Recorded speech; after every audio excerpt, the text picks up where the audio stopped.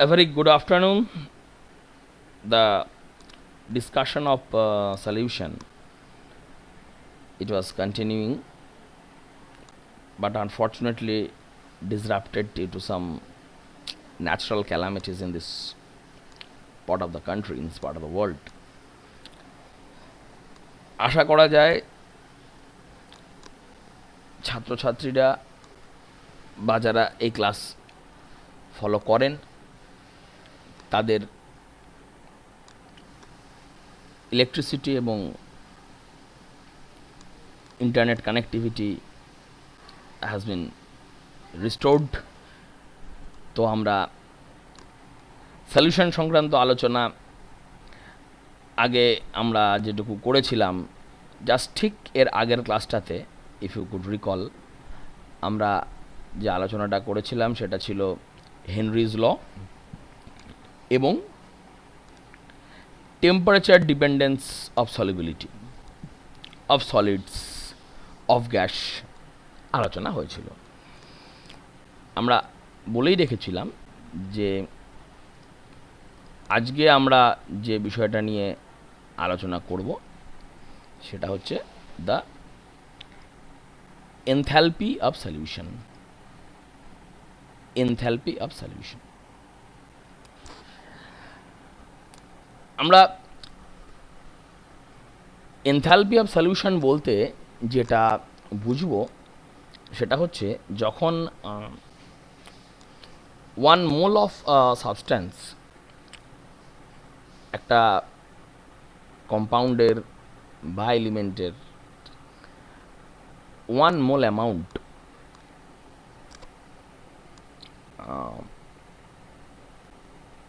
একটা সলভেন্টের মধ্যে completely dissolved করে যাচ্ছে,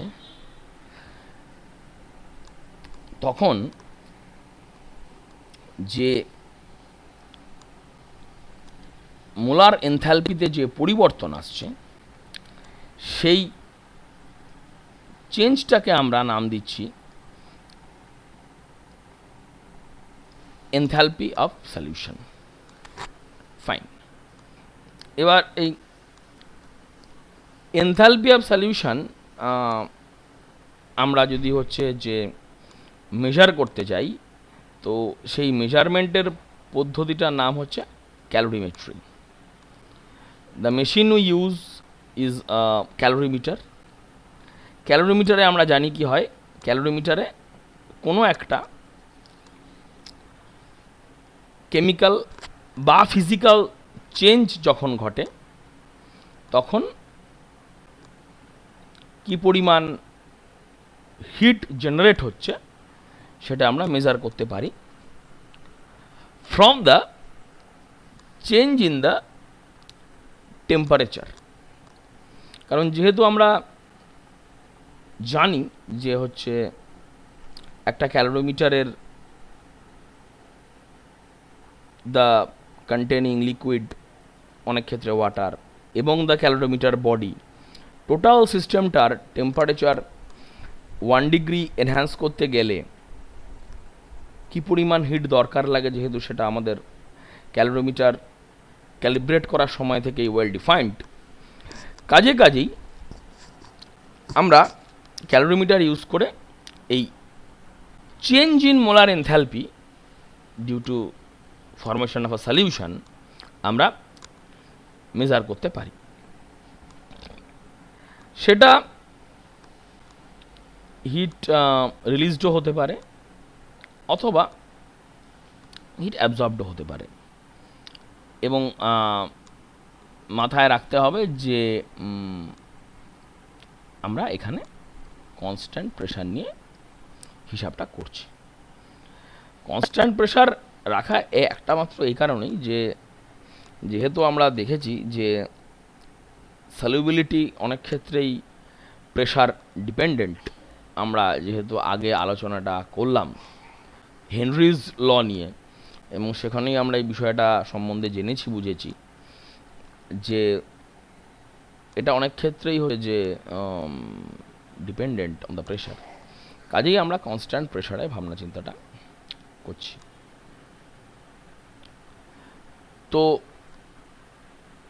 এবারে একটা বিষয় আমাদের মনে রাখা দরকার যে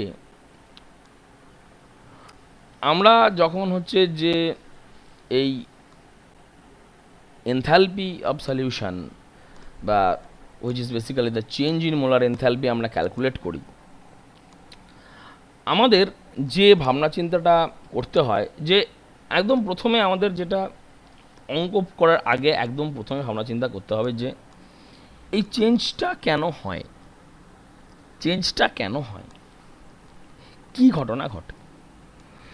আমরা এনথ্যালপি নিয়ে আলোচনা করতে গিয়ে একদম যদি আমরা যখন একটা রিয়াকশানের এনথ্যালপি চেঞ্জ নিয়ে আমরা পড়েছিলাম, delta H of a reaction, যেটা হচ্ছে যে আমরা তখন ওখানে দেখেছিলাম যে বন্ড ভাঙছে, বন্ড জুড়ছে, এই বিষয়গুলো নিয়ে আমাদের কথা হয়েছিল। এবারে যে জিনিসটা মাথায় রাখার ব্যাপার আছে যে whenever we talk about formation of a solution,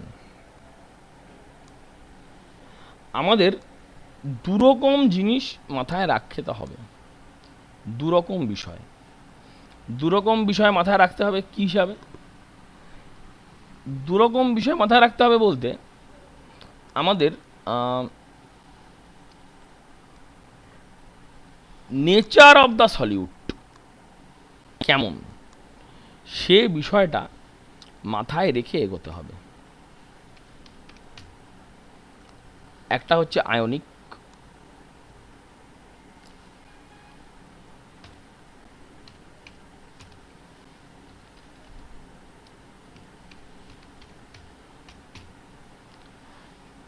আরেকটা হচ্ছে কোভ্যালেন্ট।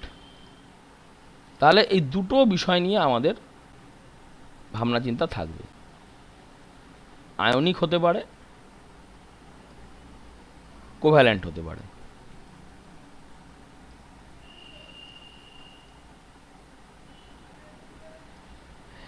এই আয়নিক এবং কোভ্যালেন্ট দুরকম তৈরি হওয়ার সময়ই আমাদের যে আন্ডারস্ট্যান্ডিংটা থাকবে যে এদের মধ্যে একটা গুণগত পার্থক্য আছে। পার্থক্যটা কীরকম বলি, যে যখন আমরা এই যে আয়নিক নিয়ে কথা বলছি, আয়নিকের ক্ষেত্রে কি ঘটে, যদি আমাদের মোটামুটি আন্ডারস্ট্যান্ডিংটা স্পষ্ট থাকে যে আমরা যখন আয়নিক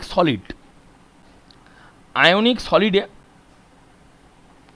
আলাদা করে ওরকম মলিকুল বলে তো কিছু পাওয়া যায় না, আমরা লিখি অবশ্য NaCl মলিকুল, CaCl2 মলিকুল, কিন্তু মোটামুটি আমাদের যেটুকু হচ্ছে যে আন্ডারস্ট্যান্ডিং আছে, we know it very well যে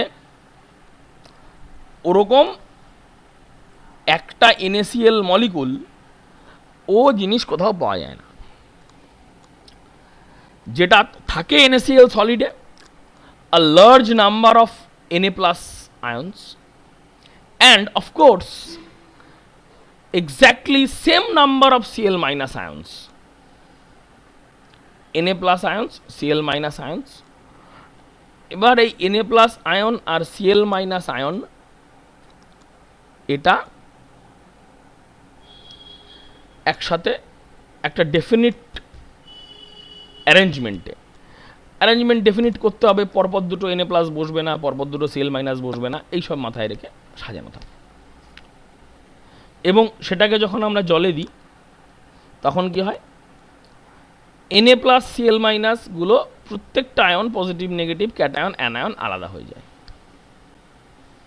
এবং জলের মধ্যে all the ions, both positive ions and negative ions are solvated, অর্থাৎ একটা এরকম একটা যদি একটা এরকম আয়ন থাকে, সেটা পজিটিভ হতে পারে বা নেগেটিভ হতে পারে। এবারে হচ্ছে যে সেই আয়নটার হচ্ছে যে চারদিকে আমাদের অনেকগুলো জলের মলিকুল এসে পাশাপাশি বসে পড়ে, এরকম করে বসে পড়ে।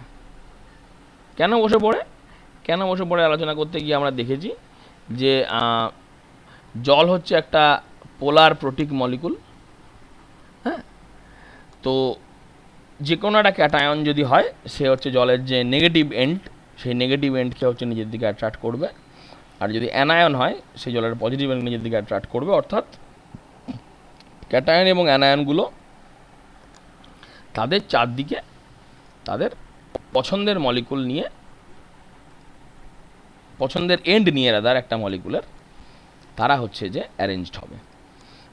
এই অবধি আমাদের আন্ডারস্ট্যান্ডিং রয়েছে, ভালো কথা। এবারে তাহলে যদি আমরা বোঝার চেষ্টা করি যে একটা আয়নিক সলিডের ক্ষেত্রে সলিড থেকে তার সলিউশনে যাওয়াতে চেঞ্জটা কি হয়েছে। চেঞ্জটা হয়েছে যেটা, যে যখন এই আমাদের এই যে সলিডটা ছিল আয়নিক সলিড, সলিডে প্রত্যেকটা আয়নের পাশে তার করসপন্ডিং উল্টো চার্জের আয়নটা ছিল। আর যখন হচ্ছে যে সলিউশন তৈরি হয়েছে, সলিউশন অবস্থাতে কি হয়েছে, প্রত্যেকটা আয়নের পাশে তার করসপন্ডিং অ্যানায়ন বা ক্যাটায়ন যাই হোক, উল্টো আয়নটা কিন্তু আর নেই, আছে হচ্ছে সলভেন্ট মলিকুল। আমরা এখানে এই যে বারবার এই হাইড্রেশন কথাটা বলে ফেলছি, মানে আমরা মোটামুটি সলভেন্ট নিয়ে কথা বলছি যখন সলভেন্ট উল্লেখ করতে গিয়ে বারবার জলের কথা চলে আসছে, because water is the universal solvent, সার্বজনীন দ্রাবক ওয়াটার। অনেক ধরনের মেটেরিয়াল আছে যারা জলে ডিজলভ করে, organic, inorganic, ionic as well as covalent. এরপরে যে আমরা আলোচনাটা ছিলাম যে আরেক রকমের হচ্ছে যে আমাদের আছে, সেটা কি, সেটা হচ্ছে কোভ্যালেন্ট মলিকুল। কোভ্যালেন্ট, কোভ্যালেন্টের ক্ষেত্রে কি ঘটে, কোভ্যালেন্টের ক্ষেত্রে একটা যখন সলিড অবস্থায় থাকে, তখন কোভ্যালেন্ট মলিকুলগুলো, যেমন ধরা যাক একটা উদাহরণ দিলাম আমরা, সুক্রোজ বা গ্লুকোজ, তো তারা মলিকুলগুলো নিজেদের মধ্যে hydrogen bonding, dipole dipole interaction, এই ধরনের বিভিন্ন অ্যাট্রাকটিভ ফোর্সের মাধ্যমে একটা ডেফিনিট ক্রিস্টালের মধ্যে অ্যারেঞ্জ হয়ে থাকে। সেটাকেও আমরা অবশ্যই বলবো ল্যাটিস। এবারে যখনই আবার সেটাকে ডিজলভ করা হয় কোনো একটা সলভেন্টে, তখন চেঞ্জটা কি আসে, চেঞ্জটা আসে হচ্ছে যে তখন ডিজলভ করার পরে ওই মলিকুলটার চারদিকে হচ্ছে ওয়াটার মলিকুল বা সলভেন্ট মলিকুল যেটাই হোক, যে সলভেন্ট থাকবে। তাহলে আমরা যখনই হচ্ছে যে ডেল্টা এইচ সলিউশনটা হিসাব করছি, যেটাকে আমরা নাম দিয়েছি দ্য এনথালপি অফ সলিউশন, সেই এনথালপি অফ সলিউশনের একদম গোড়ায় আমাদের যে ধারণাটা নিয়ে আমরা এগোচ্ছি, সেটা কীরকম, সেটা হচ্ছে যে আয়ন বা মলিকুল যাই হোক, সলিড অবস্থায় বা যখন পিওর সলিউট অবস্থায় দ্রাব, তখন তার চারপাশে খালি তার নিজের মলিকুল বা করসপন্ডিং পার্টনার আয়ন। আর যখন দ্রবণের মধ্যে, তো তার চারদিকে খালি হচ্ছে সলভেন্ট, তার হচ্ছে নিজের মলিকুল বা হচ্ছে পার্টনার আয়ন নেই। তবে একটা জিনিস মাথায় রাখার ব্যাপার, যে এই সলিউট মলিকুল বা আয়ন যাই হোক, এবার তারা সলভেন্টের সঙ্গে ইন্টারঅ্যাক্ট করে, এবং যদি আমার সলিউশন তেমন ডাইলিউট না হয়, ব্যাপারটা মাথায় রাখার আছে, এটা ইন্টারেস্টিং, যে আমি বারবারই বলছি যে molar enthalpy of solution, the enthalpy of solution যেটাকে বলছি, এর পুরো আন্ডারস্ট্যান্ডিংয়ের গোড়ার কথাটা হচ্ছে সলিউট অবস্থায় যে সলিউট মলিকুলগুলো তারা নিজেদের মলিকুলের সাথে ইন্টারঅ্যাক্ট করছে, এবং সলিউশন অবস্থায় তারা সলভেন্ট মলিকুলের সাথে ইন্টারঅ্যাক্ট করছে। অর্থাৎ সলিউশন অবস্থায় দুটো সলিউট মলিকুল বা সলিউটের থেকে তৈরি হওয়া আয়নগুলো নিজেদের মধ্যে কোনো ইন্টারাকশান করছে না। এটা ক্লিয়ার?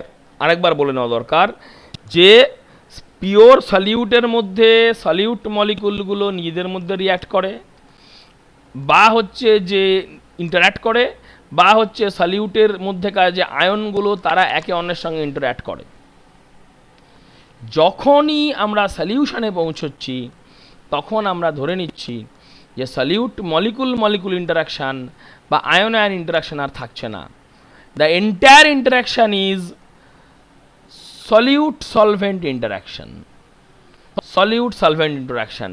এবার যেটা বলার কথা যে আমি সলিউশনের মধ্যে দুটো সলিউট মলিকুলের মধ্যে ইন্টারাকশান বা সলিউটের দুটো করসপন্ডিং আয়নের মধ্যে ইন্টারাকশান, এই বিষয়টাকে আমি ইগনোর করতে পারি তখনই, অনলি হোয়েন আমি যে সলিউশনটা নিয়ে ভাবছি সেই সলিউশনটা সাফিসিয়েন্টলি ডাইলিউট, যথেষ্ট ডাইলিউট, অর্থাৎ সলিউটের দুটো মলিকুল বা সলিউট থেকে তৈরি হওয়া দুটো আয়ন তাদের কাছাকাছি এসে ইন্টারঅ্যাক্ট করার বিশেষ কোনো অবকাশ নেই। এটা আমাকে বুঝে নিতে হবে। তো ওই জন্য আমরা যখনই এই এনথ্যালপি চেঞ্জটা হিসাব করব, আমরা খেয়াল রাখব যেন আমাদের সলিউশনটা যথেষ্ট ডাইলিউট থাকে। যথেষ্ট ডাইলিউট মানে কতটা ডাইলিউট, এই প্রশ্নের কোনো উত্তর নেই। Theoretically if the solution is infinitely dilute, infinitely, এই ইনফাইনাইটলি কথাটার মধ্যেই বুঝতে পারছো যে এটা একটু বোধহয় আইডিয়াল থেকে সরে, একটু বোধহয় রিয়াল থেকে সরে গেল। তো সেই যখন ইনফাইনাইটলি ডাইলিউট তখন যে ভ্যালুটা পাওয়া যাবে সেটা হচ্ছে এক্স্যাক্ট ভ্যালু। আমরা তো ইনফাইনাইটলি ডাইলিউট সলিউশন বলে কিছু বানাতে পারি না। আমরা যেটা বানাতে পারি dilute solution, very dilute solution are extremely dilute solution আমরা বানাতে পারি, এবং সলিউশন যত ডাইলিউট হবে তত আমাদের ক্যালকুলেশন অ্যাকিউরেট হবে, so that we can neglect the solute interaction as negligible. ঠিক আছে? আমাদের একটা এখানে একটা ডেটা নিয়ে আমরা একটা কাজ করেছি এখানে কিছু সলিউশনের, যেটা হচ্ছে যে 25 ডিগ্রি সেলসিয়াসে আমরা করেছি। তো আমরা যেটা কতগুলি ক্যাটায়ন এবং কতগুলি অ্যানায়ন আমরা বুঝতেই পারা যাচ্ছে যে আমরা এখানে মূলত ভাবনা চিন্তাটা করেছি হচ্ছে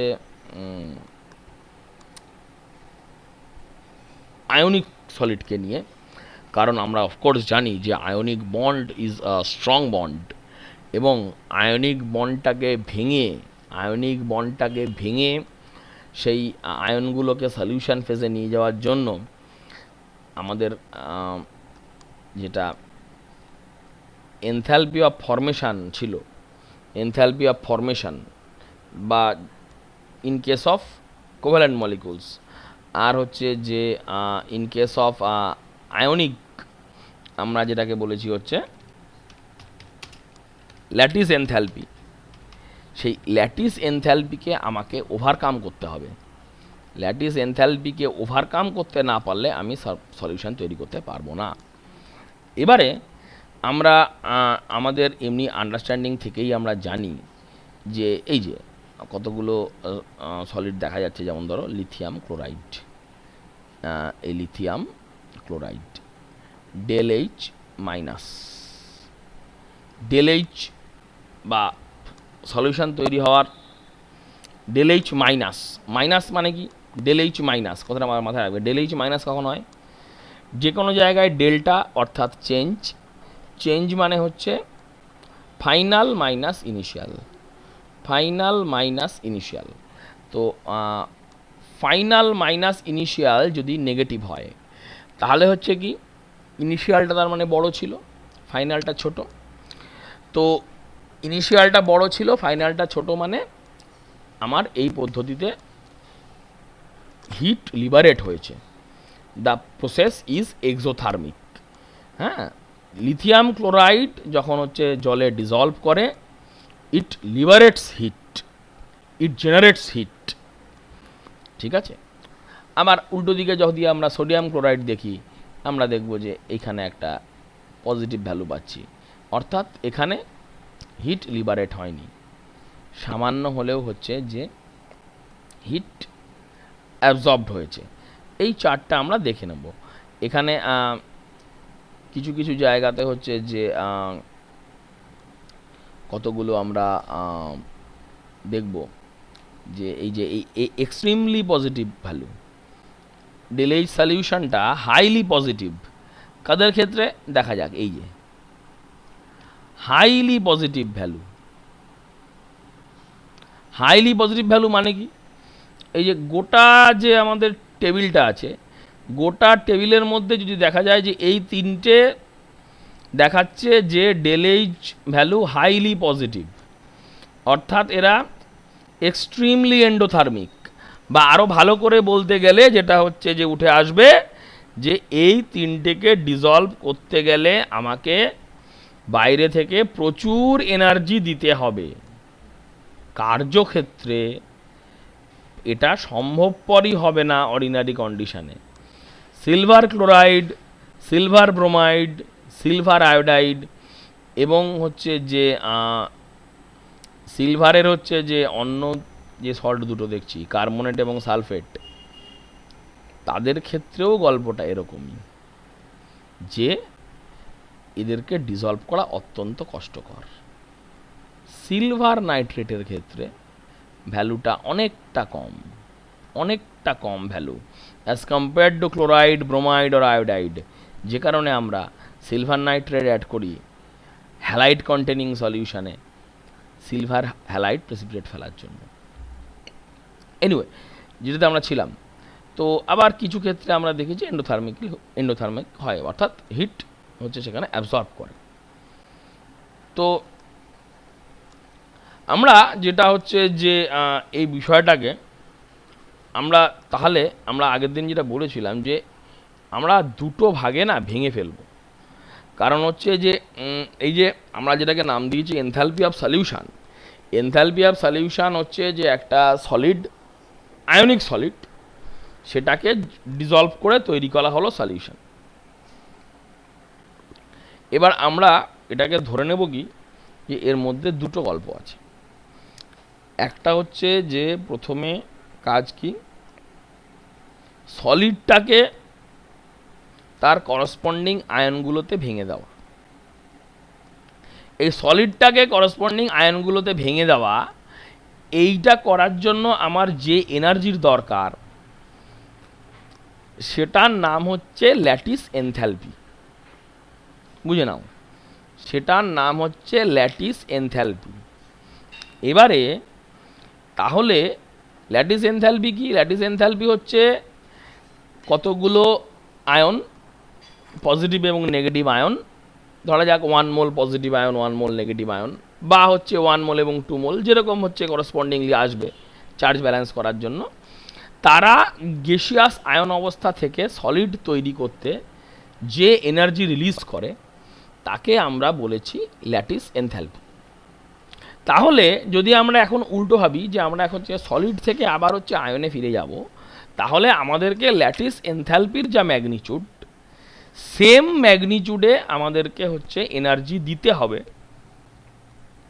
টু ফর্ম দ্য আয়নস, মানে সলিড থেকে আবার আয়নে ভেঙে দেওয়ার জন্য।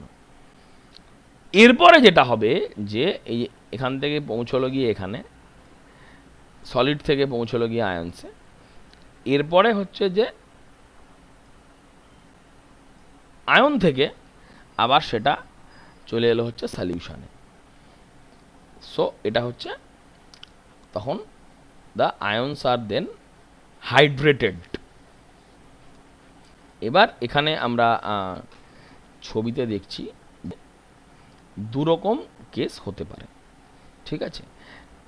একদম প্রথম স্টেপটা হচ্ছে যে আয়নগুলোকে সলিড থেকে ভেঙে দেবো, গ্যাস অফ আয়নস। তো এইটাকে আমরা বলছি ল্যাটিস এনথ্যালপি, ঠিক আছে। এবার এই ল্যাটিস এনথ্যালপি হচ্ছে যে আমরা যে ভ্যালুগুলো আমরা জানি, এটা যে কোনো স্ট্যান্ডার্ড টেক্সট বুক ফলো করতে পারো বা স্ট্যান্ডার্ড ওয়েবসাইট ফলো করতে পারো। এবারে যেমন NaCl একটা বলেছে, তো সেখান থেকে আবার আয়নে ভেঙে গেল। এরপরে হচ্ছে যে আবার যে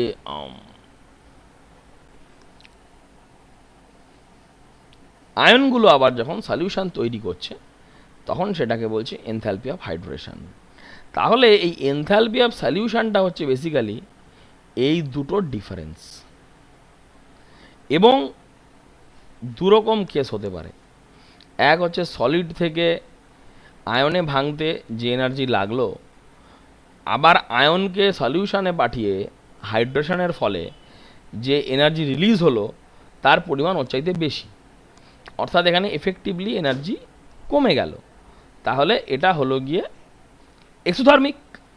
উল্টো যেটা হতে পারে যে যে এনার্জি হচ্ছে আমার লাগলো সেই পরিমাণ এনার্জি আমার হচ্ছে যে হাইড্রেশনের ফলে রিলিজ হলো না, ম্যাগনিটিউডে কম।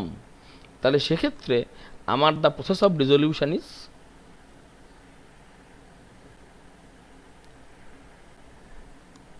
কি হচ্ছে, প্রসেস অফ ডিসলিউশনটা কি হচ্ছে তাহলে আগেরটাতে ছিল হচ্ছে এক্সোথার্মিক, এটাতে তাহলে হয়ে গেল এন্ডোথার্মিক। কারণ আমরা যেহেতু দেখলাম যে আলটিমেটলি সলিড অবস্থায় যা ছিল তার চেয়ে সলিউশনে কি হয়েছে, এনার্জি বেড়েছে। তাহলে এটা হলো এন্ডোথার্মিক আর এটা হলো এক্সোথার্মিক। এবারে আমরা জানি যে হচ্ছে যে এই যে ল্যাটিস এনার্জি হচ্ছে যে কার বেশি হবে কার কম হবে এগুলো সম্বন্ধে আমাদের একরকম একটা ধারণা হয়েছে। আমরা আয়নিক বন্ডিং যখন পড়েছি তখন এগুলো দেখেছি যে যদি হচ্ছে যে ক্যাটায়ন এবং অ্যানায়নগুলোর সাইজ স্মল হয় তাহলে হচ্ছে তাদের মধ্যে যে ইলেকট্রোস্ট্যাটিক ইন্টারাকশান কুলম্বের সূত্র অনুযায়ী তার মান বেশি হবে এবং বন্ড অনেক স্ট্রং হবে। হোয়ারাজ যদি একটা স্মল ক্যাটায়ন এবং লার্জ অ্যানায়ন নিয়ে আমরা কাজ করি সেক্ষেত্রে যেহেতু তার সাইজ অনেক বড় তাহলে তাদের মধ্যে অ্যাট্রাকটিভ ফোর্সটা কম হবে। এবং যেহেতু হচ্ছে যে আমরা ফাজানের সূত্র অনুযায়ী আমরা দেখেছি যে স্মল ক্যাটায়ন এবং লার্জ অ্যানায়ন নিয়ে যখন আমরা ডিল করব তখন সেই বন্ডের মধ্যে কিছুটা কোভ্যালেন্ট ক্যারেক্টার বা সমজয়ী চরিত্র তৈরি হবে, তার ফলে তাদের হচ্ছে ল্যাটিস এনথ্যালপির পরিমাণ আরও কমবে। তাহলে এবার ল্যাটিস এনথ্যালপির পরিমাণ যাদের ক্ষেত্রে কম তাদের ক্ষেত্রে আমরা ধরে নিতে পারি যে সেগুলোকে ডিজলভ করা হয়তো সহজ হবে, গ্যারান্টি দিয়ে বলা যায় না সহজ হবে, তবে সহজ হয়তো হবে। কারণ ল্যাটিস এনথ্যালপি কম হলে তাড়াতাড়ি ভাঙবে, কিন্তু আমাকে তো বারবারই বুঝতে পারছি আমি যে ডেলেজ সলিউশন যে ঘটনাটা, এই ডেলেজ সলিউশন ঘটনাটা কোনো একটা স্টেপের উপর ডিপেন্ড করছে না, পাশাপাশি দুটো স্টেপ আছে, একটা সলিড থেকে ভেঙে আয়নে পাঠানো আর একটা আয়নকে ডিজলভ করে সলিউশন ফেজে নিয়ে আসা। এবার হচ্ছে যে এই দুটোর মধ্যে যে হচ্ছে যে কম্পারেটিভ একটা আলোচনা থাকবে, কোনটা বেশি কম মানে একটা বেশি বা একটা কম বলতে হয় না, অন্যটা তার চাইতেও কম বা তার চাইতেও বেশি কিনা, এই আলোচনাগুলো করে আমাদের ফাইনালি আমরা ডেলেজ সলিউশনটাতে যেতে পারব। তো তো আমরা যেখানে দেখলাম যে আমাদের একদম একটা আলোচনা ছিল এই বিক্রিয়াটা, যেটা হচ্ছে যে সলিড থেকে আমরা ভেঙেছিলাম আয়নে, গ্যাসিয়াস আয়নে। আর সেকেন্ড স্টেপটা হচ্ছে কি, সেকেন্ড স্টেপটাতে আমরা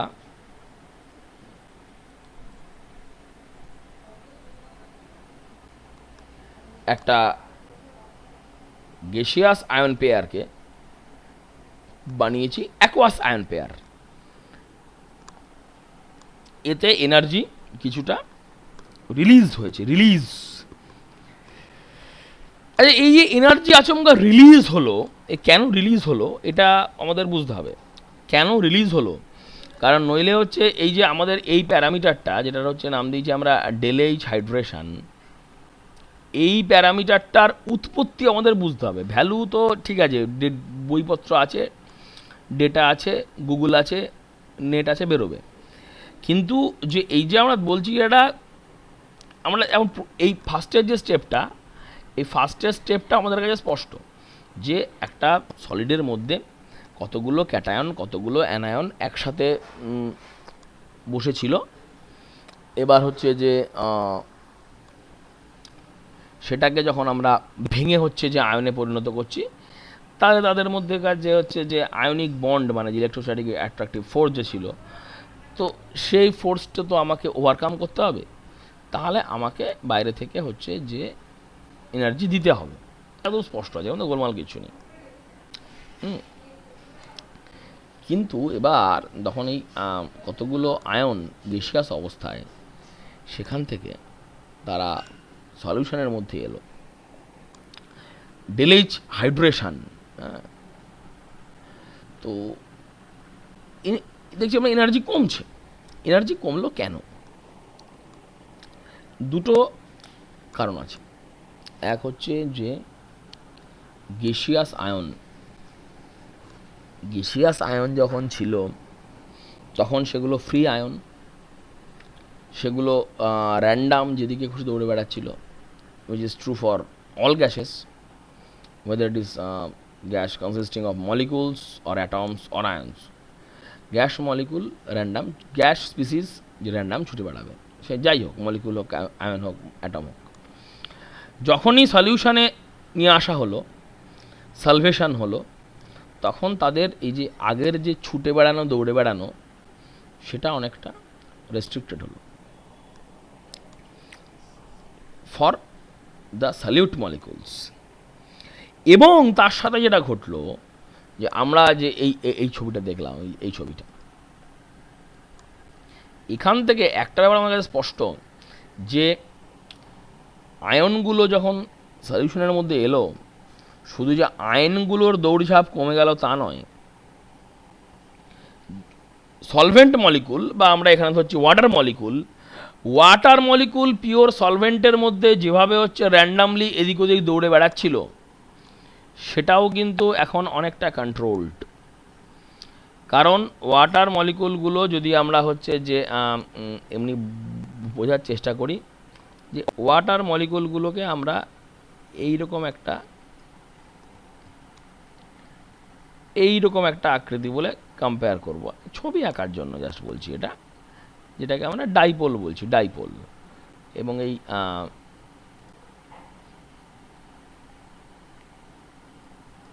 ডাইপোলের আমরা বৈশিষ্ট্য জানি, যে ডাইপোলে কি থাকে, যে ডাইপোলের হচ্ছে একটা এন্ড হচ্ছে পজিটিভ হয় এবং একটা এন্ড হচ্ছে নেগেটিভ হয়। একটা এন্ড হচ্ছে পজিটিভ আর একটা এন্ড হচ্ছে নেগেটিভ।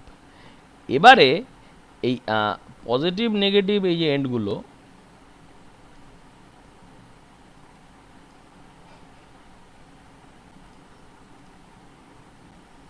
এবারে একটা দিকে পজিটিভ একটা দিকে নেগেটিভ। এবার হচ্ছে যে এই পজিটিভ নেগেটিভ এন্ডগুলো তখন যেটা হচ্ছে, যে এমনি অবস্থায় ওরা যেভাবে র্যান্ডামলি ছড়িয়েছিল এদিক ওদিক, যখনই হচ্ছে যে আমি এটাকে হচ্ছে যে একটা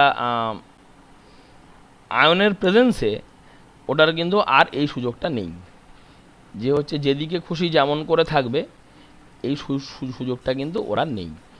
তখন হচ্ছে যে ওর পজিটিভ এন্ডগুলো তখন কি হয়ে গেছে, ওর পজিটিভ এন্ডগুলো হচ্ছে তখন সব যেদিকে হচ্ছে যে অ্যানায়ন আছে সেদিকে চলে গেছে। পজিটিভ এন্ডগুলো সব হচ্ছে যেদিকে অ্যানায়ন আছে ওদিকে চলে গেছে। আর হচ্ছে নেগেটিভ এন্ডগুলো তারা হচ্ছে যে যেদিকে ক্যাটায়ন আছে ওদিকে চলে গেছে। অর্থাৎ এই যে ডাইপোল কেন, ডাইপোল মানে যেটা বলি যেটা হচ্ছে যে আমরা হচ্ছে যে এই একটা পজিটিভ আর হচ্ছে যে এই নেগেটিভ, এই যে দুটো জিনিস ছিল, এবার হচ্ছে যে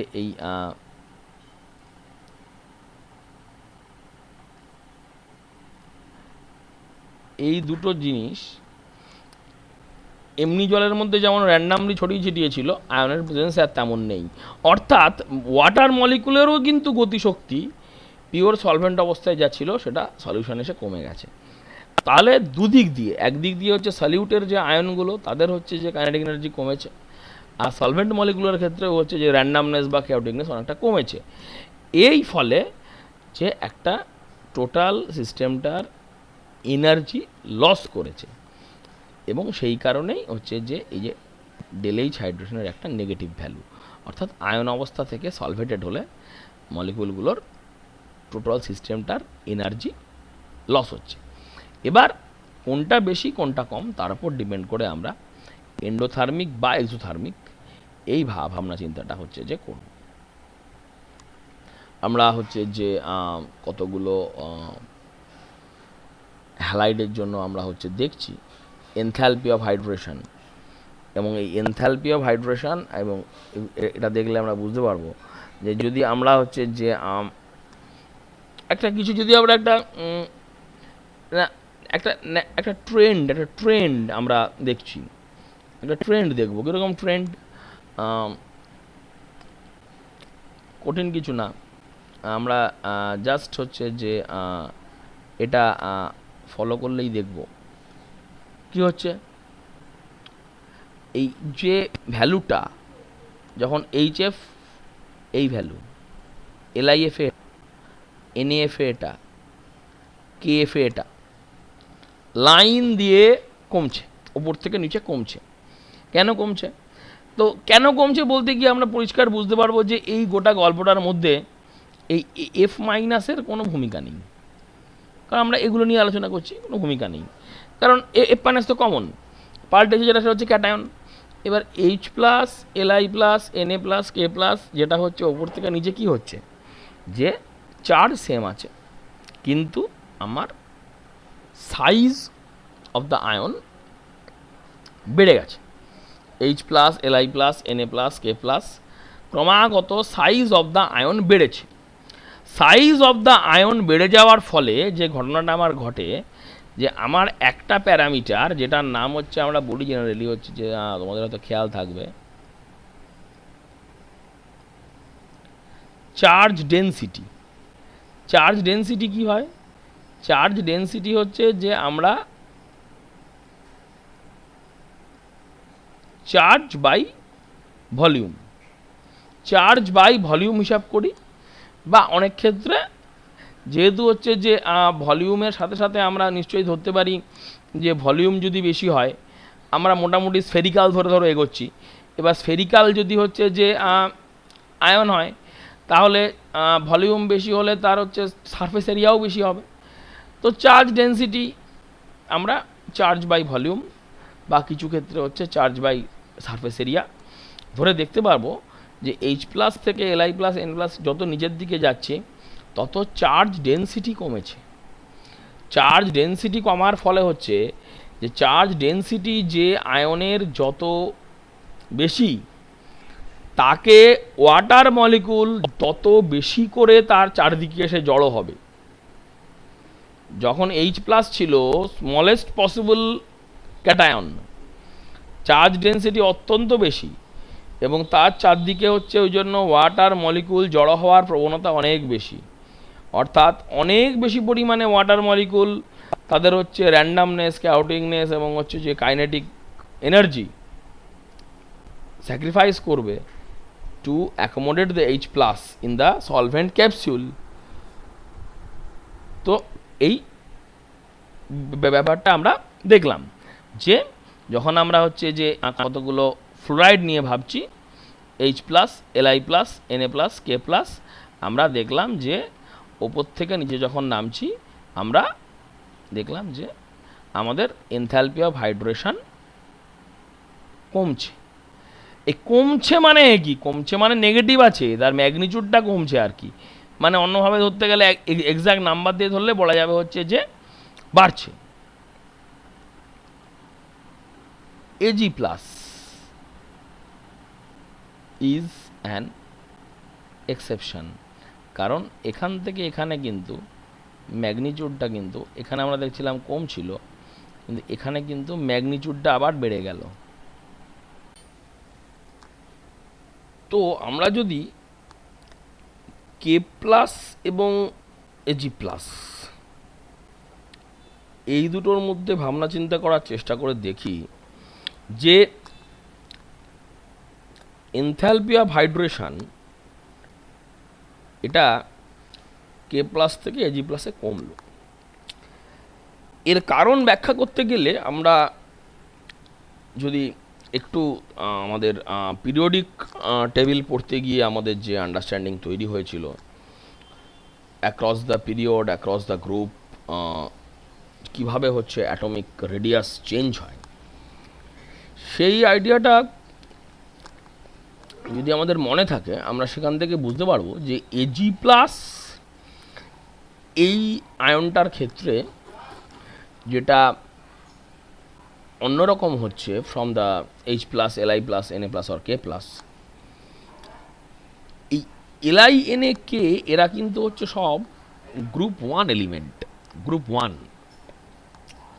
whereas যদি আমরা হচ্ছে যে এজি ক্ষেত্রে ভাবি এটা কিন্তু একটা ডি ব্লক এলিমেন্ট এবং 5d অরবিটাল প্রেজেন্ট আছে সিলভার।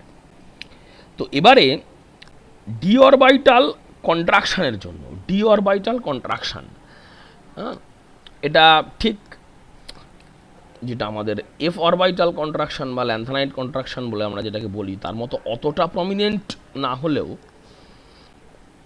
3D থেকে 4D থেকে 5Dতে যখন পৌঁছচ্ছি তখন একটা রিজনেবল অ্যামাউন্ট অফ কন্ট্রাকশান আমরা দেখতে পাবো in the atomic as well as ionic radius. অর্থাৎ এজি প্লাসের ক্ষেত্রে কিন্তু চার্জ 1 পজিটিভ হওয়া সত্ত্বেও যেহেতু ওর সাইজটা কমে গেছে due to the D orbital contraction, charge density কিন্তু বেড়েছে। এজি প্লাসের জন্য চার্জ ডেন্সিটি কিন্তু বেড়েছে, এবং এই চার্জ ডেন্সিটি বেড়েছে বলেই এজি প্লাসের ক্ষেত্রে আমরা দেখছি যে ফ্লোরাইডের ক্ষেত্রে যদি ভাবি বা হচ্ছে এইখানে যদি আমি এই কম্প্যারিজনটাও দেখি 701 থেকে 850 ফর ক্লোরাইড, বা হচ্ছে যে ব্রোমাইড, বা হচ্ছে যে আয়োডাইডে, প্রত্যেক ক্ষেত্রেই কিন্তু এই কন্ট্রাকশনের জন্য এজি প্লাসের যে সল্টগুলো রয়েছে তাদের যে হিট অফ হাইড্রেশন বা এনথ্যালপি অফ হাইড্রেশন সেটা কিন্তু পটাশিয়ামের সল্টগুলোর চাইতে বেশি, অনেক ক্ষেত্রে সোডিয়ামের সল্টেরগুলোর চাইতেও বেশি। আবার অন্যদিকে যদি আমরা অন্য একটা জায়গাতে গিয়ে ভাবনা চিন্তাটা করি যে আমরা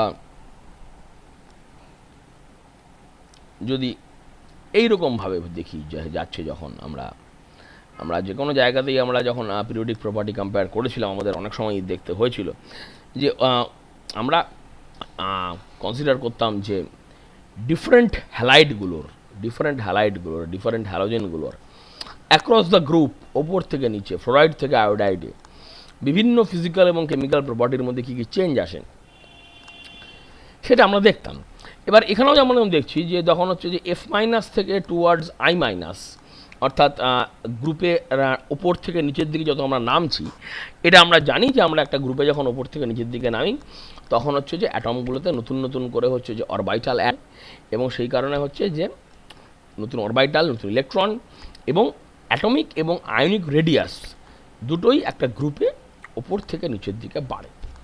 এবার যেহেতু হচ্ছে ওপর থেকে নিচের দিকে হচ্ছে যে আমাদের হচ্ছে গ্রুপের মধ্যে আয়নিক রেডিয়াস বাড়ছে কিন্তু চার্জ এক আছে, charge is constant, unipositive, F minus, সেল minus, BR minus, I minus, কিন্তু চার্জ বেড়েছে কিন্তু সাইজ বেড়েছে। অর্থাৎ চার্জ ডেন্সিটি যেটাকে আমরা বলছিলাম, যেটা আমরা বলতে পারি অনেকভাবে, charge by volume, charge by surface area, আর চার্জ বাই রেডিয়াস, যে কোনো একটা কিছু দিয়ে এক্সপ্রেস করতে পারি, সেটা কিন্তু এফ মাইনাস থেকে আই মাইনাস যত হচ্ছে ওপর থেকে নিচের দিকে নেমেছে, তত কিন্তু চার্জ ডেন্সিটি কমেছে।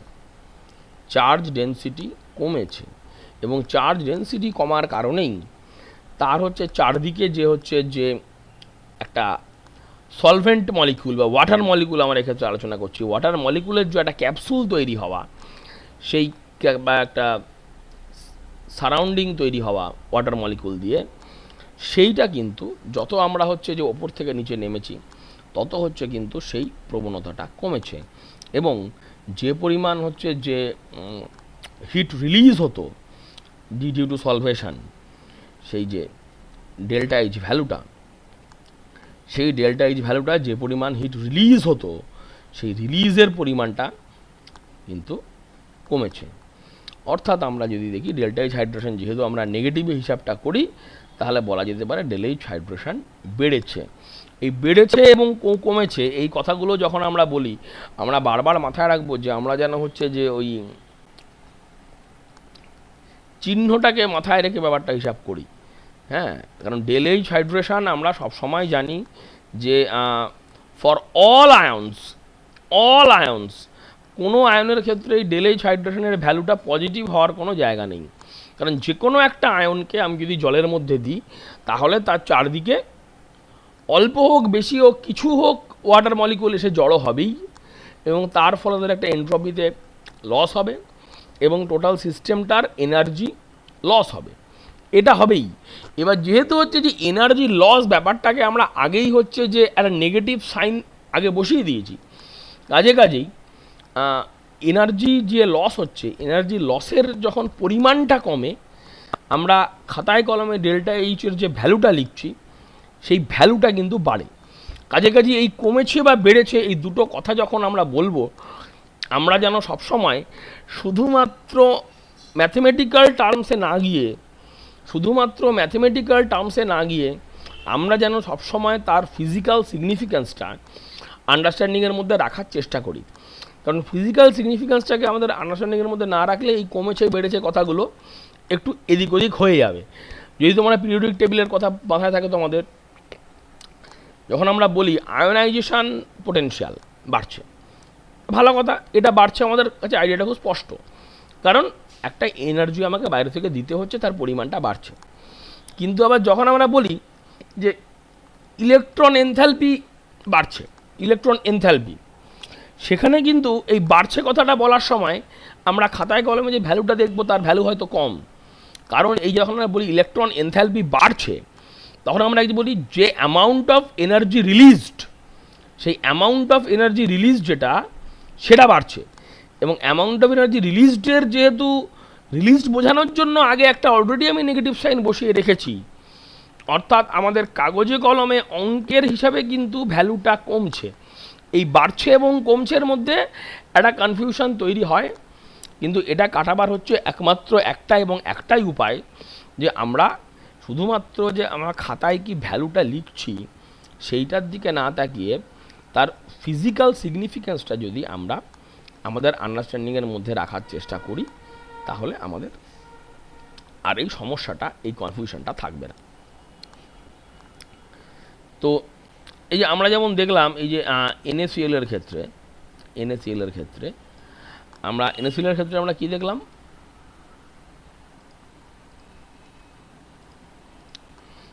যে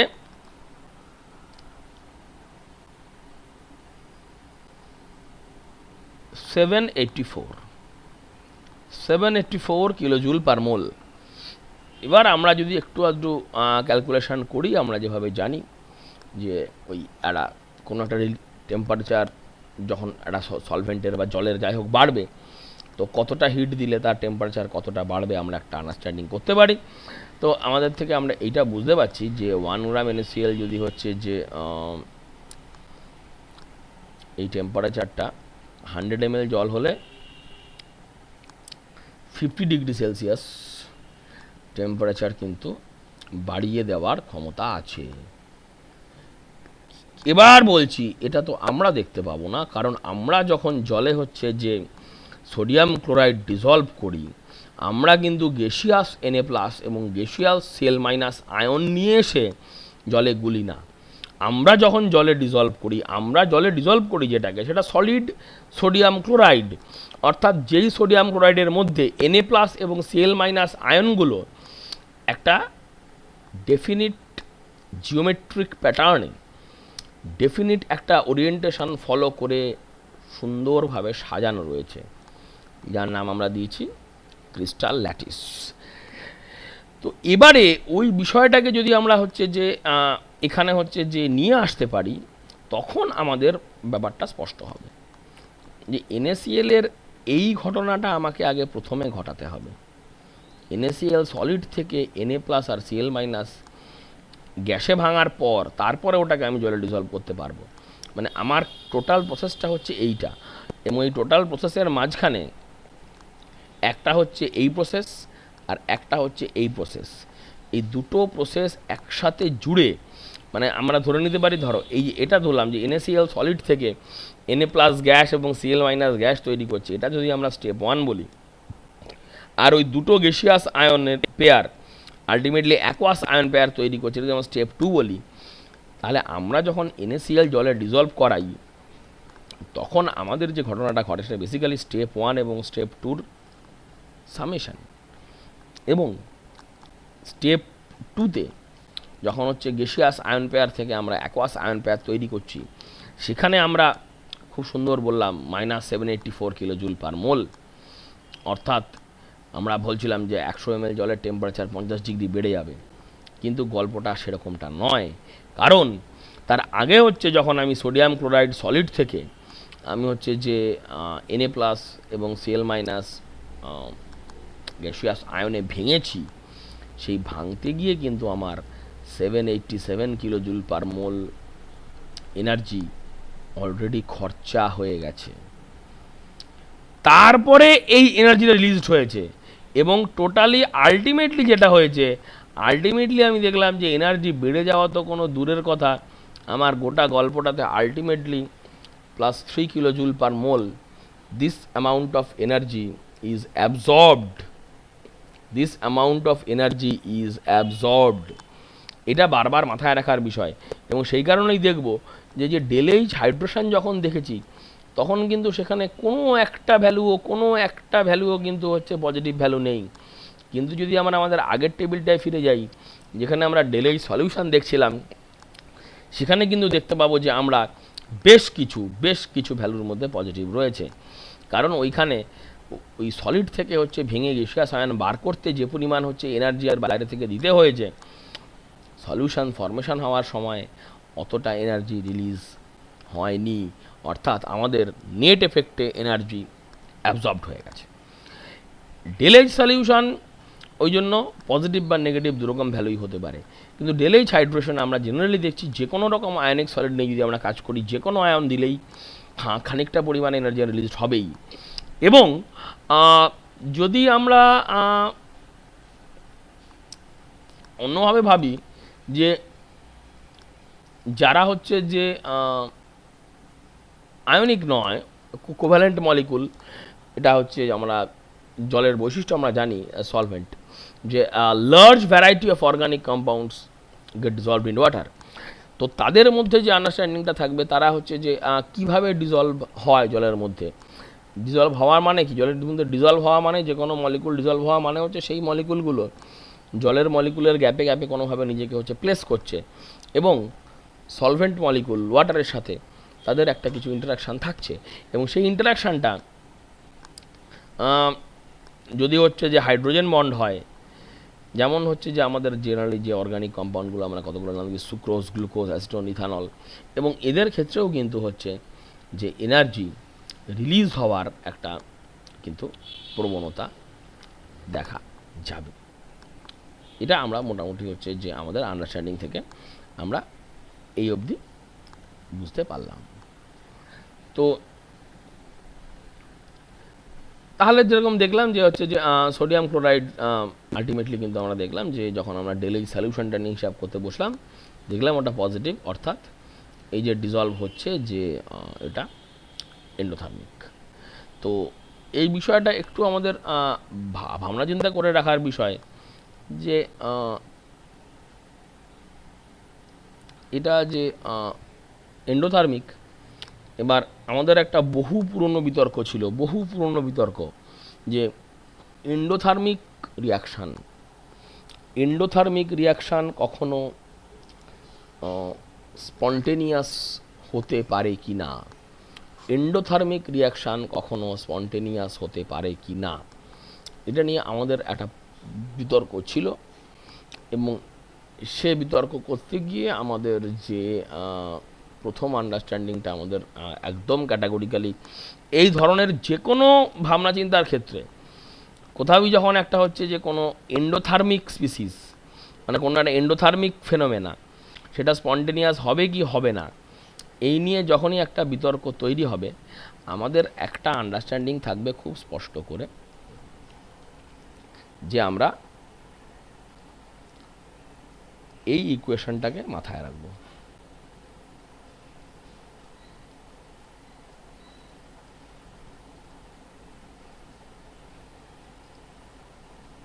এটা সবাই জানো, নতুন করে বলার কোনো অবকাশ রাখে না, আমরা এই জিনিসটাকে মাথায় রাখবো, del G equal to del H minus T del S. এবং আমাদের যত যা কিছু আলোচনা আমরা গোটাটা কিন্তু এটা নিয়ে করেছি, কিন্তু এইটাও একটা কিন্তু গুরুত্বপূর্ণ পার্ট, এবং এই গুরুত্বপূর্ণ পার্টটার কিন্তু একটা ভূমিকা রয়েছে যে কোনো একটা ফিজিক্যাল বা কেমিক্যাল ফেনোমেনানের ক্ষেত্রে তার ডেল্টা জিটা পজিটিভ হবে না নেগেটিভ হবে সেটাকে ঠিক করে দেওয়ার।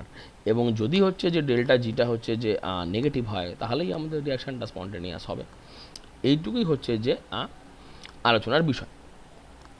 তো আমরা এবার যে বিভিন্ন রকমের হচ্ছে যে হাইড্রেশনের কথা শুনলাম তাতে হচ্ছে আমাদের এই একটা আন্ডারস্ট্যান্ডিং এসছে, আমরা বললাম যে যেহেতু চার্জ ডেন্সিটি হচ্ছে ফ্যাক্টর, কাজে high charge and small ionic radius, ঠিক আছে। এবং এর থেকে যেটা হয় যে high enthalpy of hydration, high enthalpy of hydration অর্থাৎ যদি হচ্ছে আয়নের চার্জ বেশি হয় এবং সাইজ স্মল হয় তাহলেই হচ্ছে যে তাদের হাইড্রেশনের ফলে একটা লার্জ অ্যামাউন্টের এনার্জি রিলিজড হয়। বাট এই যে বলছি ডেল্টা এইচ হাইড্রেশন, যে হাইড্রেশন এনথ্যালপি নিয়ে আলোচনা করে এই হাইড্রেশন এনথ্যালপির আলোচনার ওপরেই শুধুমাত্র দাঁড়িয়ে আমরা যদি কোনো একটা আয়নিক কম্পাউন্ড জলে সলিউবল কতটা হবে সেই সম্বন্ধে একটা ফোরকাস্ট করার চেষ্টা করি only based on the del H hydration, তাহলে কিন্তু একটা ভুল হবে। কেন ভুল হবে? কারণ এই যে high charge and small ionic radius, high charge and small ionic radius এটা যেমন হচ্ছে একটা high enthalpy of hydration ultimately তৈরি করবে, তেমনই হাই ল্যাটিস এনথ্যালপির পেছনেও কিন্তু এই দুটো ফ্যাক্টরই দায়ী। যদি হচ্ছে আয়নিক রেডিয়াস হচ্ছে আয়নদের হচ্ছে স্মল হয় তাহলে তাদের মধ্যে কিন্তু যে ইলেকট্রোস্ট্যাটিক অ্যাট্রাকটিভ ফোর্স সেই ইলেকট্রোস্ট্যাটিক অ্যাট্রাকটিভ ফোর্সটাও কিন্তু অনেক বেশি হবে এবং তাদের কিন্তু ল্যাটিস এনথ্যালপিও হাই হবে। অর্থাৎ তারা যেমন জলে ডিজলভ হয়ে অনেকটা এনার্জি রিলিজ করবে ঠিক কথা, তেমনই তারা যখন হচ্ছে যে সলিড থেকে তাদেরকে ভেঙে যখন আয়ন বার করতে হবে তখন কিন্তু আবার অনেকটা এনার্জি তারা ডিমান্ডও করবে। তাই এই দুটো প্যারামিটারকে একসাথে পাশাপাশি না বসিয়ে শুধুমাত্র ডেল এইচ হাইড্রেশনের ডেটার উপর ভিত্তি করে কোন সলিড আয়নিক সলিড হচ্ছে যে কতটা সলিউবল এই আলোচনা করে দেওয়া কিন্তু যথার্থ হবে না, ভুল হতে পারে। তো আমরা কাজে কাজেই যেটা বলবো যে আমরা ওইভাবে আলোচনাটাকে রাখবো না যে আমরা দেখে বলে দেবো। হ্যাঁ, দিনের শেষে শুনতে যেমনই মনে হোক যদি এই ফিজিক্যাল কেমিস্ট্রির অঙ্ক, ম্যাথমেটিক্স এবং আমরা যে সমস্ত ডেটাগুলো নিয়ে কথা বলছি, যদি এই ডেটাগুলো এতটা অ্যাকুরেটলি একটা কম্পাউন্ডের বিভিন্ন প্রপার্টিকে ফোরকাস্ট করতে পারত, আমাদের বোধ হয় ল্যাবরেটরি সেট আপ করার দরকার পড়তো না। With all due respect to the mathematicians, mathematical calculation দিয়ে প্রপার্টি সব সময় বলে দেওয়া যায় না। এটা ম্যাথমেটিক্সের দুর্বলতা নয়, এটা ম্যাথমেটিক্সের ত্রুটি নয়, এটা আমরা যারা ম্যাথমেটিক্সকে কেমিস্ট্রিতে কাজে লাগাই তাদের এখনো পর্যন্ত থিওরিটিক্যাল ডেভেলপমেন্টের সীমাবদ্ধতা, যে শুধুমাত্র অঙ্ক দিয়েই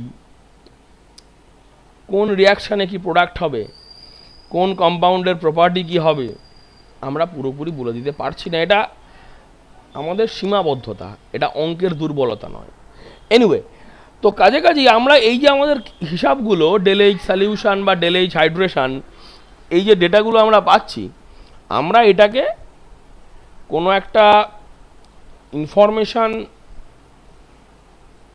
পেলে সেটাকে ব্যাখ্যা করার কাজে ব্যবহার করতে পারবো। মানে আমরা সবসময় সবটা প্রেডিক্ট করতে পারি না, which is even true for reaction mechanism. আমরা we just can't always predict the right product. অনেক সময়ই আমরা প্রোডাক্ট যেটা ভাবি সেটা হয় না, যেটা ভাবি সেটাই হলে আমাদের তো রিয়াকশান চাপাতেই হতো না, বলে দিতাম কাগজে কলমে। বাট আমাদের থিওরিটিক্যাল আন্ডারস্ট্যান্ডিং দিয়ে আমরা যে প্রোডাক্টটা পাওয়া গেল সেটা কিভাবে পাওয়া গেল এই ব্যাখ্যাতে আমরা হচ্ছে যে এগোতে পারি। যেমন আমরা একটা দেখছি, যেমন হচ্ছে যে নাইট্রেট। এবার নাইট্রেটের হচ্ছে একটা অ্যাটমের ওপর নেগেটিভ চার্জ থাকলে তার চার্জ ডেন্সিটি যেমন হবে, নাইট্রেটে যেমন NO3- একটা নাইট্রোজেন 3টে অক্সিজেন মিলে যে স্ট্রাকচারটা, অর্থাৎ নেগেটিভ চার্জটা একটা লার্জ সারফেস এরিয়ার ওপর ডিস্ট্রিবিউটেড। অর্থাৎ যদিও এটা সিঙ্গলি চার্জড, কিন্তু যেহেতু হচ্ছে যে সাইজটা বড়, তাহলে চার্জ ডেন্সিটি কম হবে এবং ল্যাটিস এনথ্যালপিও হচ্ছে যে কম হবে। কিন্তু যখন আমরা হাইড্রেশন এনথ্যালপির কথা ভাবব, চার্জ ডেন্সিটি কম নাইট্রেটের, ঠিক কথা, কিন্তু চার্জ ডেন্সিটি ছাড়াও যখন আমরা বলছিলাম যে ওয়াটার মলিকুলের হচ্ছে যে ক্যাপসুল ফর্মেশন হবে, চার্জ ডেন্সিটি ছাড়াও আরেকটা ব্যাপার কিন্তু এক্ষেত্রে গুরুত্বপূর্ণ হয়ে দাঁড়াচ্ছে, যে the presence of 3 oxygen atoms in NO3- ion. এই অক্সিজেন অ্যাটমগুলো ওয়াটার মলিকুলের হাইড্রোজেনের সাথে হাইড্রোজেন বন্ডিং তৈরি করতে পারে। তাই যদিও হচ্ছে যে এর চার্জ ডেন্সিটি কম, কিন্তু ডেলএইচ হাইড্রেশন কিন্তু NO3- আয়নের যথেষ্ট বেশি, যথেষ্ট বেশি।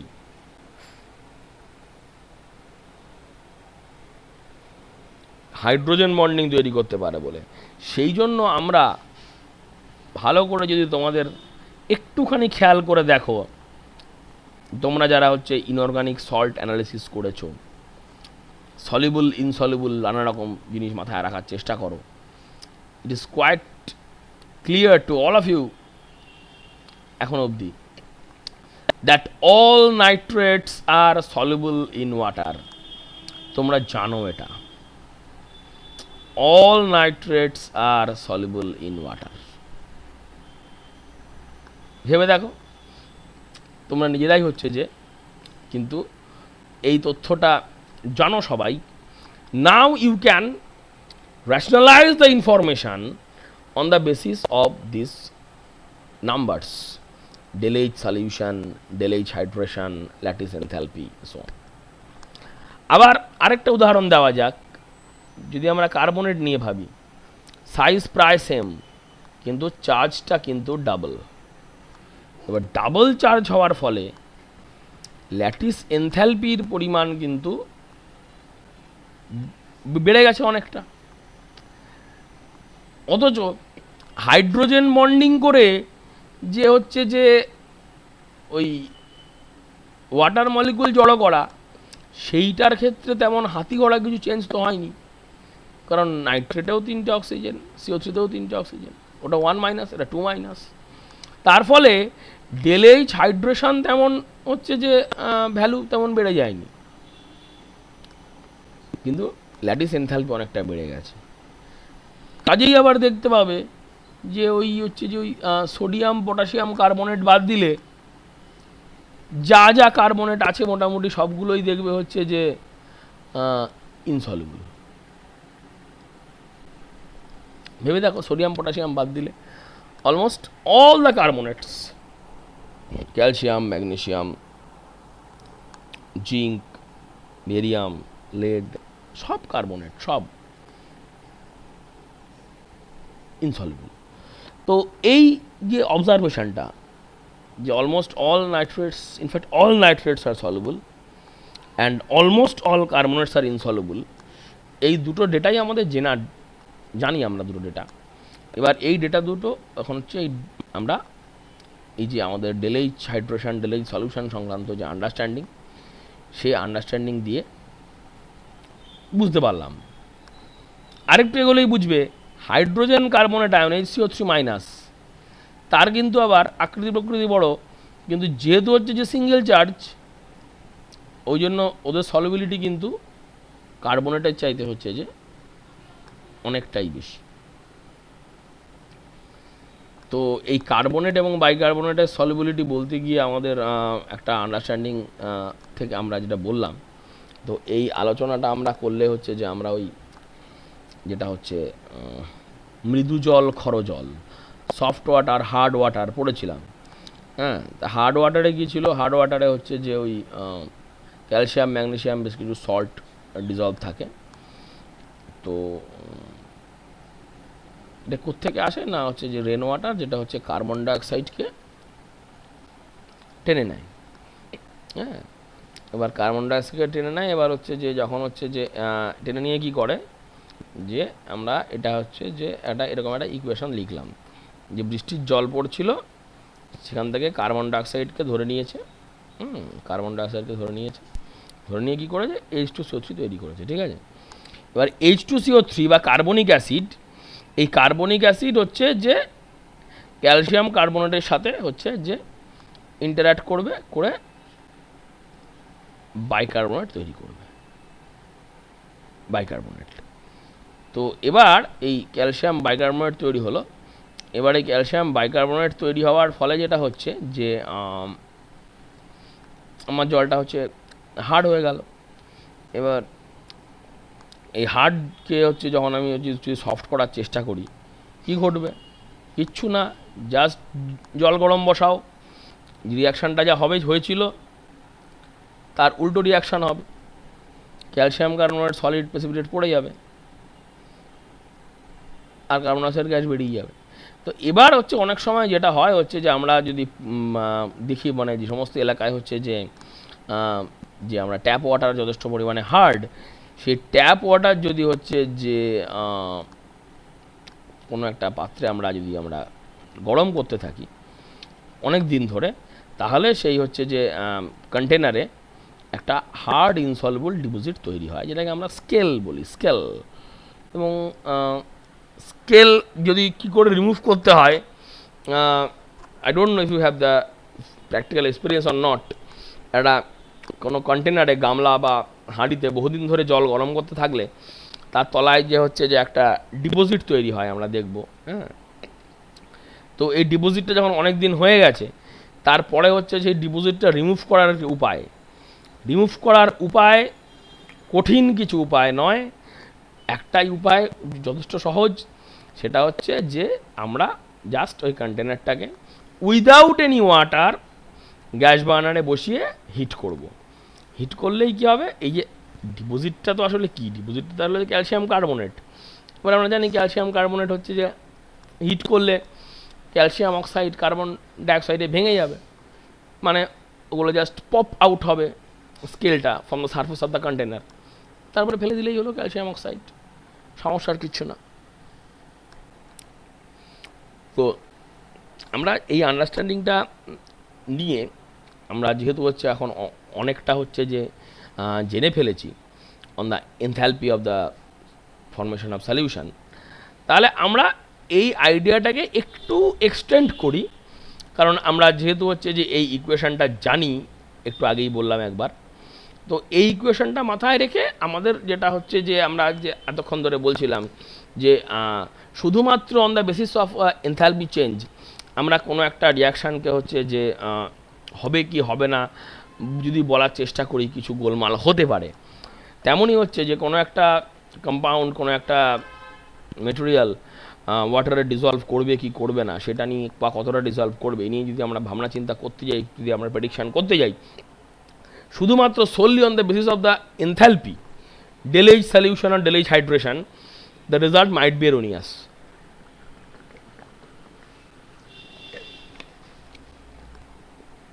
কারণ দিনের শেষে ডেলেজ কিন্তু ইট ইজ ইম্পর্টেন্ট, কিন্তু ডেলেজ কিন্তু পুরো কথা বলে না, ডেলেজ কিন্তু পুরো কথা বলে না, ঠিক আছে। আলটিমেটলি ডেল্টা জি হচ্ছে কথা বলে, ভালো কথা। এবার ডেল্টা জির ক্ষেত্রে আমরা ডেল্টা এইচ নিয়ে এতক্ষণ ধরে আলোচনা করেছি, এবার যে পরের প্যারামিটারটা ডেল এস নিয়ে দু চার কথা বলার, এটা quite obvious, this is quite obvious যে যখনই হচ্ছে যে আমি সলিডকে ডিজলভ করব, এই ডেল এস নিয়ে বলতে গিয়ে প্রথমেই হচ্ছে বড় কথা যে আমি লিকুইড হচ্ছে আমার সলভেন্ট, এবার ডিজলভ করছি আমি সলিউডটা আমার কে, গ্যাস না সলিড, এটা নিয়ে ভাবতে হবে। সলভেন্ট হচ্ছে লিকুইড, যদি আমি গ্যাসকে ডিজলভ করে ফেলি তাহলে কিন্তু এন্ট্রপি কমে গেল, ডেলেস নেগেটিভ হয়ে গেল, ঠিক কথা।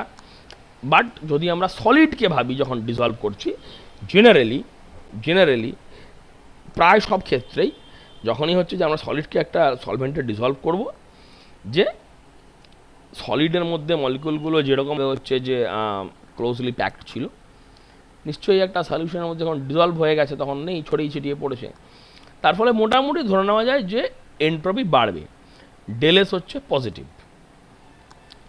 তো তার মানে এই যে টি ডেলেস পজিটিভ মানেই হচ্ছে যে মাইনাস টি ডেলেসটা নেগেটিভ, এগুলো। এবার যদি ডেল্টা এইচ নেগেটিভ হয় তাহলে আমাদের আর ভাবার কোনো দরকার নেই, মানে আমরা যেটা বুঝে গেলাম যে ডেল্টা এইচ যদি নেগেটিভ হয় তাহলে ওই ডেল্টা জি নেগেটিভ হবে, এটা নিয়ে বেশি কিছু ভাবার আর বেশি দরকার নেই। অর্থাৎ ডেল এইচ সলিউশন যেটা হচ্ছে আমরা যখন ধরে দেখছিলাম যে ডেল এইচ সলিউশন, হাইড্রেশন নয় কিন্তু ডেল এইচ সলিউশন, এই ডেল এইচ সলিউশন যাদের হচ্ছে যে নেগেটিভ, এই যেমন কেএফ বা এনএআই বা KOH, calcium hydroxide, calcium chloride, হ্যাঁ, বা এই যে লিথিয়াম নাইট্রেট, সোডিয়াম নাইট্রেট, এটা একটা অন্যরকম জিনিস পেয়েছিলাম positive value, ammonium nitrate, potassium nitrate, এদের ক্ষেত্রে ডেল এইচ সলিউশনের একটা পজিটিভ ভ্যালু পেয়েছি, কিন্তু আমরা জানি যে সমস্ত হচ্ছে যে নাইট্রেট সলিউবল, তাহলে আমাদের আন্ডারস্ট্যান্ডিংটা ডেল্টা জির দরকারটা আমরা বুঝতে পেরেছি তখনই, যে ডেল এইচ দিয়ে তো বোঝা যাচ্ছে না, তাহলে ডেল জিতে আমাদের আলটিমেটলি যেতে হবে। এনিওয়ে আমরা এগোই। তো এবার হচ্ছে যে তাহলে ডেল এইচ যদি নেগেটিভ হয় তাহলে আমরা কনফিডেন্ট যে মোটামুটি ডেল্টা জি নেগেটিভ হবে। তাহলে নেগেটিভ এনথালপিস অফ সলিউশন যদি হয় তাহলে সেই কম্পাউন্ড সলিউবল হবে, এটা নিয়ে ভাবার কিছু বিশেষ ব্যাপার নেই, হবেই। তো আমরা আরেকটু যদি হচ্ছে যে আমাদের ভাবনা চিন্তাটাকে যদি এগোই, তাহলে আমরা হচ্ছে যে কি দেখতে পাবো। তো এবারে কিছু সিস্টেমের ক্ষেত্রে যেটা হয় গল্পটা, যে আমরা যে বলছিলাম যে এন্ট্রপি বাড়বে, যে এন্ট্রপি বাড়বে একটা আমাদের মোটামুটি ধারণা করে নিয়েছি যে এন্ট্রপি বাড়বে, ভালো কথা। কিন্তু কিছু ক্ষেত্রে দেখব আমরা যে এন্ট্রপি কমে গেল, এরকম ঘটনাও কিন্তু ঘটতে পারে। কখন ঘটতে পারে না, যখন আমরা যে বললাম যে সলভেন্ট মলিকুলগুলো একটা হচ্ছে যে কেজ লাইক স্ট্রাকচার তৈরি করবে, তো সেক্ষেত্রে কিন্তু যদি হচ্ছে ডেলেস নেগেটিভ হয়ে যেতে পারে। এখানে একটা জিনিস বারবার একটা জিনিস বলার বিষয় আমাদের, যে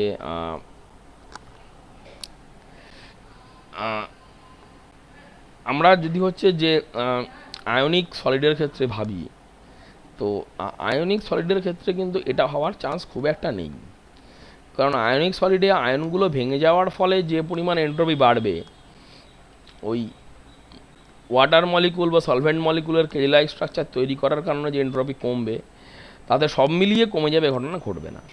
কিন্তু যে মলিকুলগুলো আয়নিক সলিড নয়, এমনি যেগুলো ফ্রি মলিকুলস বা কোভ্যালেন্ট মলিকুলস, সেক্ষেত্রে ওই ঘটনা ঘটতে পারে। এবার যদি হচ্ছে যে ডেলেস নেগেটিভ হয়, তাহলে কি হচ্ছে, তাহলে হচ্ছে এই মাইনাস থ্রি ডেলেসটা পজিটিভটা হয়ে যাবে। তার মানে কি, ডেলেই যদিও নেগেটিভ, তারপরেও কিন্তু ডেল জি পজিটিভ হয়ে যেতে পারে, ঠিক আছে। এবং এই ক্ষেত্রে হচ্ছে যে ডেল্টা জি কিন্তু পজিটিভ হয়ে যেতে পারে এবং সাবস্টেন্সটা আলটিমেটলি ডিজলভ করতে পারবে না। যেমন হচ্ছে যে এই যে হাইড্রোকার্বন হেপ্টেনের ক্ষেত্রে, ঠিক আছে, মানে ডেল এইচ নেগেটিভ হলেই হচ্ছে যে ডিজলভ করবে, এটা মোটামুটি আমরা এক্সপেক্ট করতে পারি। কিন্তু এক্সেপশনও যে আছে আমরা দেখলাম, ভালো কথা। তো এবারে তো ডেল এইচ নেগেটিভ হলে এক্সেপশন আছে, এবার তখন ডেল এইচটাই পজিটিভ। তাহলে এবার হচ্ছে যে ওই যদি টি ডেল এসটা পজিটিভ হয় এবং লার্জ হয় দেন ডেল এইচ, তাহলে হচ্ছে যে সলিউবল হওয়ার চান্স আছে।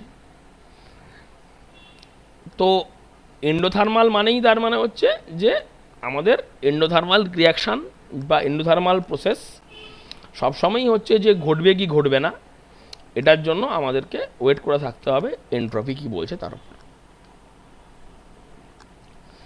তো তবু আমরা একটা জিনিস বুঝে নিই, যদি এই যে স্ট্রং পজিটিভ এনথ্যালপি হয়, strong positive enthalpy, strong positive enthalpy মানে পজিটিভ এবং যথেষ্ট বড় ভ্যালু।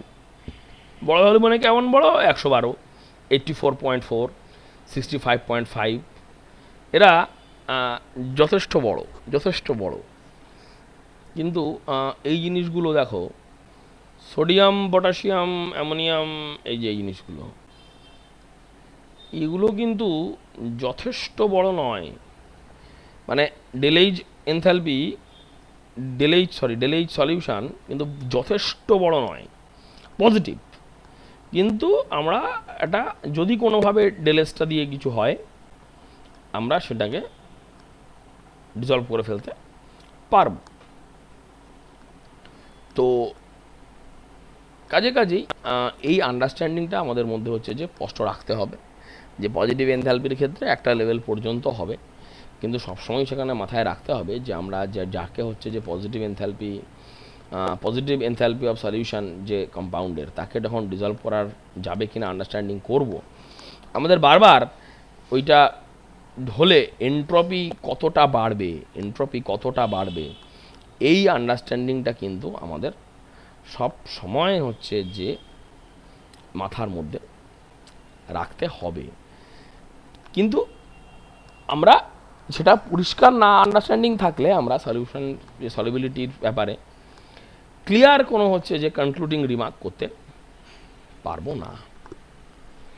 এবার গ্যাসের ক্ষেত্রে কি হচ্ছে, গ্যাসের ক্ষেত্রে হচ্ছে যে সব সময় এন্ট্রপি কমে, কারণ একটা গ্যাস যখন হচ্ছে এমনি মলিকুল মানে গ্যাস হিসেবে থাকে, তখন তার মলিকুলগুলো যে পরিমাণ হচ্ছে যে র্যান্ডাম বা ফ্রিলি ঘুরে বেড়াতে পারে, সলিউশনে ডিজলভ হলে আর পারে না। তাহলে ডেলএসটা নেগেটিভ, তাহলে টিডেলএস পজিটিভ। তো তার মানে টেম্পারেচার যদি বাড়িয়ে দেওয়া হয় তাহলে এনথ্যালপি নেগেটিভ হলেও আর কিছু করার থাকবে না, মাইনাস টিডেলএসটা পজিটিভ মানে ডেল্টা জিটা বেড়ে গেল। তো ডেল্টা জিটাই যেহেতু হচ্ছে যে আমাদের কন্ট্রোলিং ফ্যাক্টর, তো ডেল্টা জি যদি হচ্ছে যে নেগেটিভ অ্যাট লো কনসেন্ট্রেশনে হয়ও, অ্যাট লো কনসেন্ট্রেশন ডেল্টা জি যদি নেগেটিভ হয়, তো হাই কনসেন্ট্রেশনে হচ্ছে কিন্তু ডেল্টা জি পজিটিভ হয়ে যেতে পারে। হাই কনসেন্ট্রেশনে ডেল্টা জি পজিটিভ হয়ে যেতে পারে সলিউটের কনসেন্ট্রেশনটা বেড়ে গেলে। আমরা হচ্ছে যে এই গ্রাফের জায়গা থেকে আমরা দেখব, এই যে এটা হচ্ছে যে এই সলিউটের একটা কনসেন্ট্রেশন, এই সলিউটের কনসেন্ট্রেশন